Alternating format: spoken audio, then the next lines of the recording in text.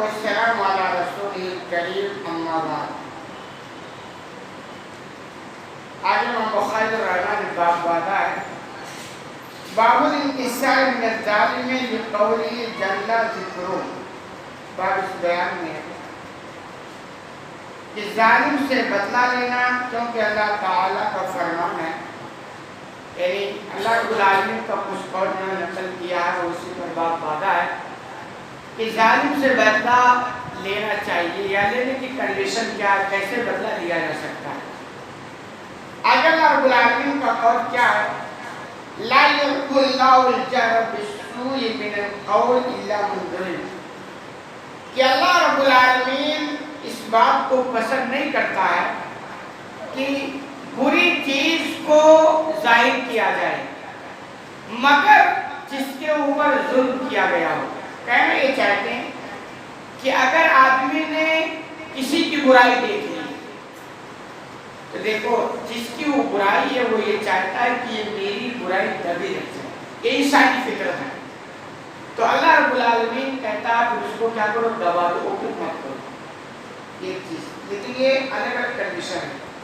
ایک آدمی ہے وہ برائی کرتا ہے اور وہ یہ چاہتا ہی نہیں کہ ہماری یہ برائی کبھی نہیں ہے، وہ اوپن کر رہا ہے بلکہ پرچار بھی کرتا ہے، تو اس کو آپ کے دبانے کی کوئی مسئلہ سمجھ میں نہیں آتی. لیکن پھر بھی آپ بلا مقصد، بلا ضرورت، بلا فائدہ برائی بیان کریں، یہ بھی کوئی اچھی چیز نہیں ہے.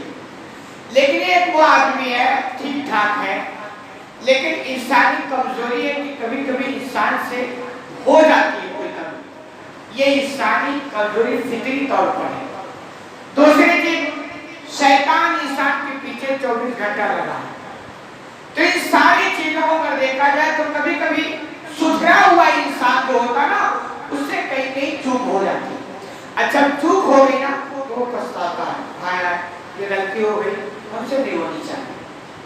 اب وہ اس کی کوشش ہوتی ہے کہ یہی دبی رہ جائے، یہ بھی انسانی فطرت ہے، یہ اوپن نہ ہو جائے. اتفاق سے کسی نے دیکھ لیا، کسی کو اس برائی کی خبر نہ دی تو اسلام کہتا ہے اب وہ بندہ پچھتا رہا، اس سے غلطی ہو گئی تو آپ کیا کرو، اس کی کمی کو وہی دبا دو، دفن کر دو، آگے بیان مت کرو. لیکن ہوتا نہیں. کبھی بھی آپ دیکھتے نا فلاں آدمی بگڑا تھا، اس کی لائف اسٹائل کچھ الگ تھی لیکن ابھی سدھر گیا، ٹھیک ٹھاک چل رہا. لوگ کیا کرتے ہیں، اب سدھر گیا، پہلا وہ ایسا تھا، اس کے کارنامے میں یہ سب اچھی چیزیں نہیں ہے، کیا تھا ہو گیا ختم کہانی. لیکن ابھی بندہ ٹھیک ہو گیا ہے نا تو اب وہ والا دیکھو، پیچھے والا چھوڑو، اس کو دبا دو. یہ اسلام کہتا ہے. کیونکہ برائیوں کو بیان کرنے کی کوئی فضیلت نہیں ہے، کیونکہ برائیاں اللہ جانتا ہے کہ بندے سے برائی ہوئی، اللہ برائی کو پسند نہیں کرتا ہے. لیکن آپ اس برائی کو پرچار کریں، یہ بھی اللہ پسند نہیں کرتا ہے. تو یہ کہا گیا کہ اگر کوئی برائی کسی سے ہو جائے تو اس کو دفن کر دو، اس کا پرچار نہ کرو. آگے بڑھنا مگر جس پر ظلم کیا گیا، ظالم ہے نا، اس کی آپ ظلم کو بیان کرو کہ یہ بھی اس کی برائی ہے نا، تو آگے کی پھر اس کو بھی دفن کر دو. تو نہیں، اگر کسی پر ظلم کیا گیا ہے، کوئی مظلوم ہے تو آپ کو نا وہ مظلوم آدمی جو اس پر ظلم ہوا ہے وہ اس کو بیان کرے گا. لیکن اس کے بھی بیان کرنے کی کنڈیشن ہے کہ بھئی وہ کیوں بیان کرتا ہے، کیا وجہ ہے. ایسے ہی بیان کرے کوئی مطلب نہیں ہے. اس لیے بیان کرتا ہے تاکہ لوگوں کو پتہ چل جائے کہ صاحب فلاں ظالم ہے، تم اس سے ساودھان رہو. ایک اچھی حکمت نظر آتی ہے. وہ تو نہیں، یا کہ اس لیے بیان کرتا ہے تاکہ میرے اوپر جو ظلم ہوا ہے مجھے بدلہ مل جائے، حساب مل جائے، اس لیے وہ بیان کرتا ہے. تو یعنی کوئی حکمت ہو، کوئی لاجک ہو، کوئی مصلحت ہو تو پھر اس کو بیان کیا جا سکتا ہے. آگے وہ کان اللہ سمیعا علیما، اللہ رب العالمین بہت زیادہ سننے والا بھی ہے، جاننے والا ہے. یعنی یہ کہ آپ یہ نہ سمجھو کہ جو کچھ دنیا میں ہو رہا ہے نا اس کا سارا حل دنیا ہی میں ہو جائے، ایسا ہو ہی نہیں سکتا. اس لیے اسلام تو کہتا بس اس رہا بنا لو، اگر تمہارے ساتھ ظلم ہو گیا تم کو حساب نہیں مل پایا، یہی دنیا نہیں، ایک اور دنیا بھی ہے، آخرت باقی ہے. مسلمان یہ کہنا کہ ابھی عدالت ایک اور باقی ہے، جہاں تو پائی پائی اور رائے رائے کے برابر حساب مل جائے گا. تو لیکن وہ سننے والا، دیکھنے والا بھی ہے، جاننے والا جو کچھ ہو رہا ہے اللہ کو پتا ہے، وہ سب نوٹ اس کے دنیا ہے قیامت کے لیے فیصلہ کر لے. اسی لیے کہا گیا نا آخرت کا ہونا یہ عقلی طور پر بھی ضروری ہے اور شرعی طور پر تو ہے. یہ عقل بھی تقاضا کرنے کی آخر ہونی چاہیے تاکہ دنیا کے اندر مظلوموں کا صحیح سے حساب آخرت کے اندر مل سکے. آگے والذین اذا اصابهم البغی هم ينتصرون. اللہ نے آج کچھ لوگوں کا تذکرہ کیا اشارہ کرتے ہوئے اور کئی وہ لوگ ہیں کہ جب ان پر ظلم ہوتا ہے تو یہ بدلہ لے لیتے ہیں. جب ان پر ظلم ہوتا ہے کہ یہ بدلہ لے لیتے ہیں. کبھی بھی کسی چیز کو سمجھنے کے لیے ضروری ہے کہ اس کے تعلق سے جتنی جانکاری ہوتی ہے نا سب اکٹھا کیا جائے تو سمجھ آئے. یہ اصل میں بات اصل میں عرب کے اندر ہے جب وہاں نہ کوئی حکومت نہ کوئی قانون نہ کوئی اصول تو وہ یہ تھا کہ ہر کوئی اپنے طور پر وہاں بدلا لیتا. یہ وجہ آپ سنے ہوں گے کہ وہاں 40 سال تک اگر قبیلوں کی جنگیں چھڑ جائے گئی تو 40 سال تک وہ جنگ چلا رہا ہے. وجہ کیا؟ وجہ کہ اس قبیلے والے نے اس قبیلے کے ایک آدمی کو مار دیا تو اب یہ کیا کرتے اس قبیلے سے بدلا لے تو اس کو مارتے.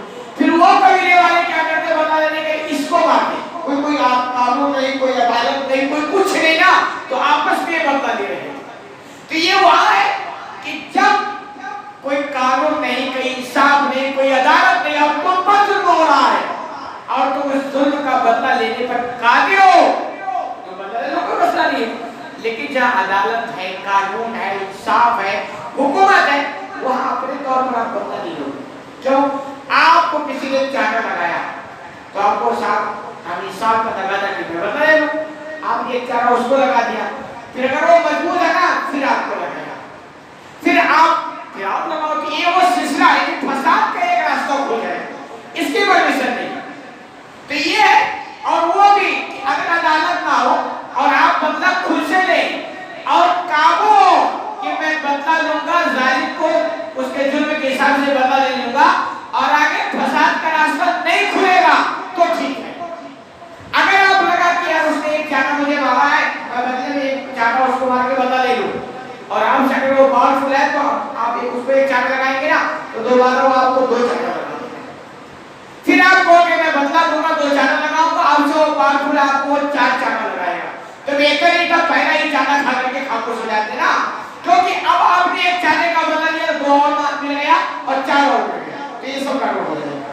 مطلب یہ کہ آپ پاورفل ہے کہ کسی نے آپ پر ظلم کیا ہے کوئی عدالت نہیں کوئی قانون نہیں کوئی ضابطہ نہیں آپ پورا طاقت رکھتے ہیں کہ میں اس مظلوم ظالم سے اپنا بدلہ لوں گا اور پھر آگے ظلم کا راستہ نہیں کھلے گا تو آپ بدلہ لے لو. یہ کہنا چاہتے ہیں. تو اللہ نے کہا یہ وہ لوگ ہیں جو ان پر ظلم ہوتا ہے نا تو یہ بدلہ لیتے ہیں. ظالم نہیں بنتے بس جتنا ہوا اتنا ہی. آگے قال ابراہیم کانوا یکرہون ان یستذلوا فاذا قدروا عفوا کہ اسلاف ہمارے یعنی اچھے لوگ جو گزرے ان کے بارے میں کہ یہ ذلیل ہونا پسند نہیں کرتے. یہ تو فطری چیز ہے نا کوئی آدمی یہ نہیں چاہے گا کہ میری عزت اچھالی جائے کوئی چاہتا کوئی نہیں چاہتا. تو یہ اسلاف ہے نا کہ کبھی بھی ذلیل ہونا پسند نہیں کرتے. کسی پر اگر ظلم ہو مثال کو ایک بڑا آدمی ہے اس کو چاہے پکڑ کے پیٹ رہے ہوں تو عزت تو عزت اللہ کے ہاتھ میں ہے نا لیکن سماج کے نگاہ میں اس کی عزت تو چلی گئی نا یا سماج کی بات ہے لوگوں نے اس کو اٹھا کے پیٹ دیا عزت اللہ لیکن سماج کی نگاہ میں کیا ہو گیا. تو کہ اسلاف جو ہمارے تھے وہ ذلیل ہونا پسند نہیں کرتے یعنی جہاں بھی ان کو یہ ذلت و رسوائی تو بہت دور بھاگتے لیکن کہہ رہے جب وہ ظالم پر قادر پا جاتے یعنی یہ کہ پورا انہیں کیا ہوگا کہ وہ ظالم سے بدلہ لے لیں تو پھر وہ کیا کرتے معاف فرما دیا یعنی معافی نہیں کرنی لیکن یہاں بھی آپشن ہے. ایک ظالم کو اگر آپ معاف کرتے ہیں اس کے خلاف آپ کوئی کارروائی نہیں کرتے اور آپ کو لگے گا کہ اس کا ظلم بڑھے گا تو وہاں معاف کرنے کی کوئی فضیلت نہیں ہے. یہ تو وہاں ہے کہ آدمی نے آپ پر ظلم کر دیا اب اس کو احساس ہو گیا معافی مانگتا ہے توبہ کرتا ہے اب آگے ظلم وہ نہیں کرے گا احساس ہو گیا تو ایسے بہتر ہے آپ معاف فرما دو نا کیونکہ بندے کو ہدایت مل گئی ہے. لیکن ایک ایسی جگہ جہاں لگ رہا ہے کہ اگر میں یہاں معاف فرما دوں گا اس کے خلاف کوئی قانونی کارروائی نہیں کروں گا کوئی مطلب اس کے خلاف میں ایکشن نہیں لوں گا اس کا ظلم تو اور بڑھے گا نا تو پھر وہاں ضروری ہے کہ ایسے بندے کو آپ معاف فرمائے نا ورنہ ظلم اس کا بڑھتا جائے گا اور سماج میں مظلوم لوگ بنتے جاتی ہے. اور سب سے بہترین بات یہ کہ ہر ایمان والے کو چاہیے کہ اپنے آپ کو ظلم سے روکے. ظلم یہ بہت بڑی بلا. اللہ رب العالمین علیم لکھتے ہیں کہ اب نماز نہ پڑھے نا ممکن ہے کہ اللہ یہاں آپ کی پکڑ نہ کرے, یہاں نہ پکڑے, اس کی پکڑ آخرت میں ہو جائے, یہاں نہ پکڑ کرے. لیکن اگر ظلم کریں گے نا اور جب وہ ظلم کی جو حد ہے وہ کراس کر جائیں گے تو اللہ دنیا میں پکڑے. اب دیکھیں صداد, قارون, اللہ نے اس لیے نہیں پکڑا کہ یہ نماز نہیں پڑھتے تھے, اس لیے پکڑ لیا کہ یہ ظلم کرتے تھے. دھن دولت حکومت کا نشہ ان کو بہت آگے تک لے گیا تھا اور یہ کچھ نہیں سمجھتے تھے اور ظلم کرتے تھے. پھر اللہ اس ظلم کی وجہ سے دنیا میں پکڑا اور آنے والے لوگوں کے لیے سامان بنا دیا. تو ہمیں حقیقت میں ہر طرح کے ظلم سے اپنے آپ کو بچانا چاہیے. اللہ رب العالمین سے دعا ہے